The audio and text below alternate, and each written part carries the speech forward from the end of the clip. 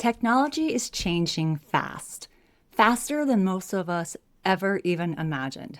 Welcome to One Tired Teacher. I'm Trina Devery, and today we are talking about skills AI can't teach, why human skills matter more than ever. Let's get started.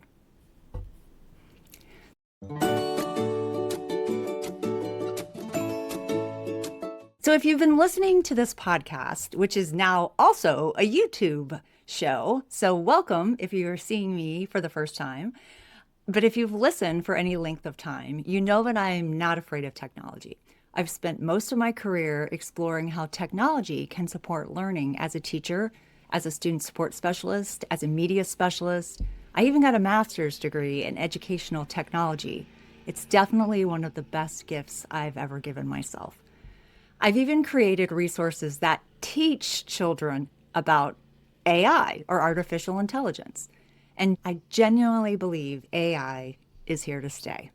Although I really do hope we figure out how to not harm our planet with its existence.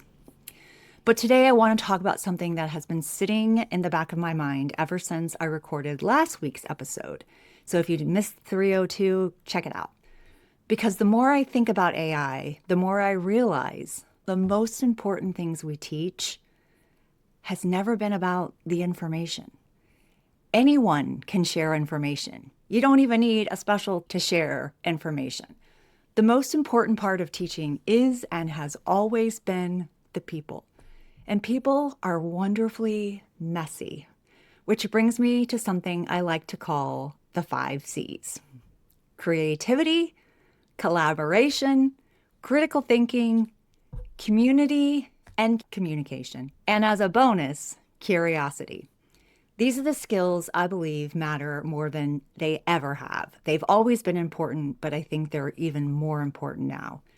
In fact, I would argue that as technology gets smarter, these skills become even more valuable. So let's start with creativity. AI can generate ideas. Lots of ideas, and very quickly, sometimes hundreds of ideas in seconds. But creativity isn't just producing something. Creativity is making connections. It's seeing possibilities. It's imagining something that doesn't exist yet. It's looking at a problem and asking, what if we tried this instead? That's deeply human. And it's something children need opportunities to practice.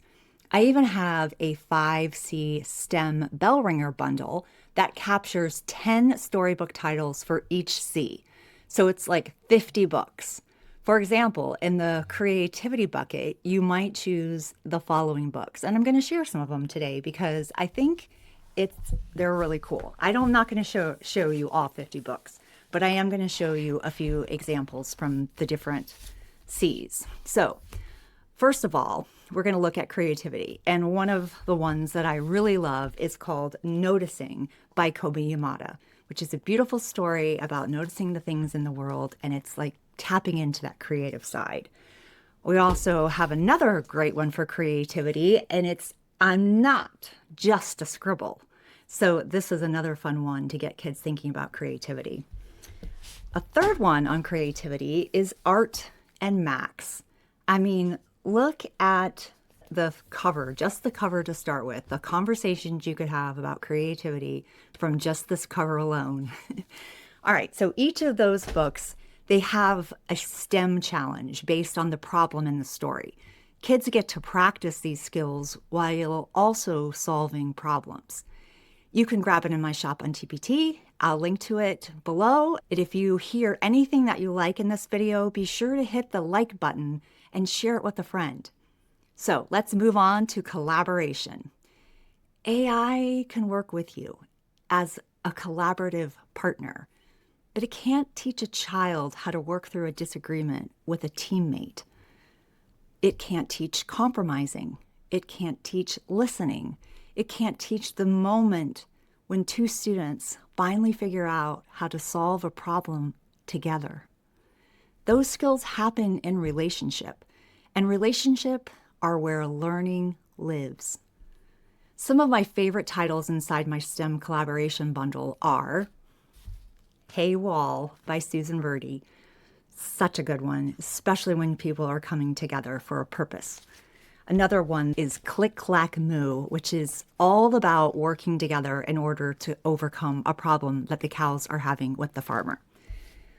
Another one I love about collaboration is Stone Soup. This is such a great folktale that you can use in the classroom to show how just one small act of kindness can inspire a whole entire village.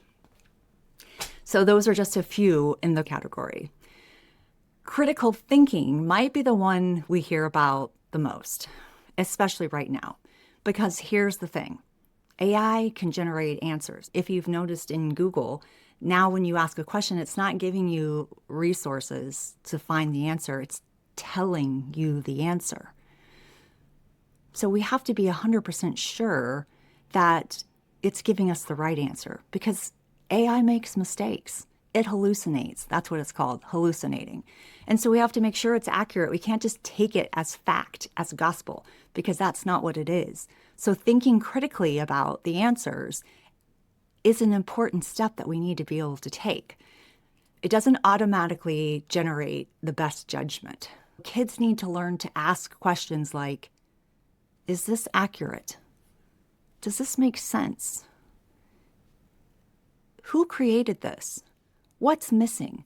What perspective am I hearing? Those are critical thinking skills. And honestly, some adults, me included, could probably use a little bit more practice with those skills too. My critical thinking STEM storybooks bundle inside of the STEM Bell Ringers focuses on 3 of my favorite titles. One of them is called The Unbudgeable Curmudgeon, which is such a fun book and kids love it. It takes critical thinking to get this curmudgeon to budge, so it's very fun. Another one that takes a lot of critical thinking is Dr. DeSoto by William Steig. This poor fox, he's got a toothache and he goes to the mice to actually fix the tooth. Now, Dr. DeSoto, he knows that something might be brewing and that the fox might actually decide to eat him, and he's got to think fast. How is he going to help the fox, but also not allow the fox to eat him? So that's the question. Those are really fun ones to do for critical thinking. Another one that I love, which is a simple one for younger kids, is Can I Play Too by Mo Willems. And this is a very sweet book. And some of the solutions kids can come up with for the problem in this story are really incredible. So that's a very fun thing to do. Remember, there are 10 titles focused on each of the C's inside of this resource, and I'm just showing you a few of them. Next, we have community. And this one feels especially important to me. You can either look at it as community or communication, which are a little bit different, but also have a lot of similarities. Because sometimes I worry that we're becoming more connected digitally while feeling less connected as human beings. I talked last week about what I called an empathy recession, and I still think that's true. Children need places where they can feel seen, known, valued. They need opportunities to belong. That doesn't happen because of a program. It happens because of the people. It happens because of teachers who create classrooms where students feel safe enough to learn. One of my favorite community or communication books is The Day the Crayons Quit. I love all the ways that they have to communicate and all the ways that they work together within their community. And finally, curiosity. This might be my favorite one, because curiosity is where learning begins. Not compliance, not worksheets, not test prep, curiosity. Curiosity is the spark that makes a child ask a question. It's the reason they want to learn more. It's what turns learning from something we make children do into something they genuinely want to do. And when kids want to do it, it changes everything. And curiosity is something we have to protect, especially in a world where answers are becoming easier and easier to find. Because learning has never really been about collecting answers. It's about asking better questions, which is why I love the books that I chose for the Curiosity Bundle. A few of my favorite titles are Questions, Questions, such a good one. The looking book. This is really fun, and a fun thing to do with this is an activity where you create glasses, the looking glasses, out of pipe cleaners. Let kids create glasses and then go discover the playground and the outside world in a whole new way. It feels like they have a superpower on. It's very fun. Another great one for curiosity is Ask Me. And then my final favorite one for curiosity is The Curious Garden. I mean, just the title. You know you're going to be talking about curiosity. I could honestly share all of them because I loved the curiosity books so much. I created these STEM bell ringers as an alternative to traditional morning work. I wanted to focus on the 21st century skills with soft openers right at the start of the day. I also noticed when I recommended soft starts to teachers when I was in the role of student support specialist, it really helped with some of those kids that had a lot of anxiety in the morning, and that's when they would act up. When they knew that they were coming into a soft start, like a STEM story station, it changed everything. Soft starts are another conversation for another day, but you can tune in to an older podcast episode number 48. I talked about this on episode 48, and this is currently 303. So it's an oldie, but it's a goodie, and it's called How to Avoid Behavior Issues with a Soft Opener for more information on soft starts.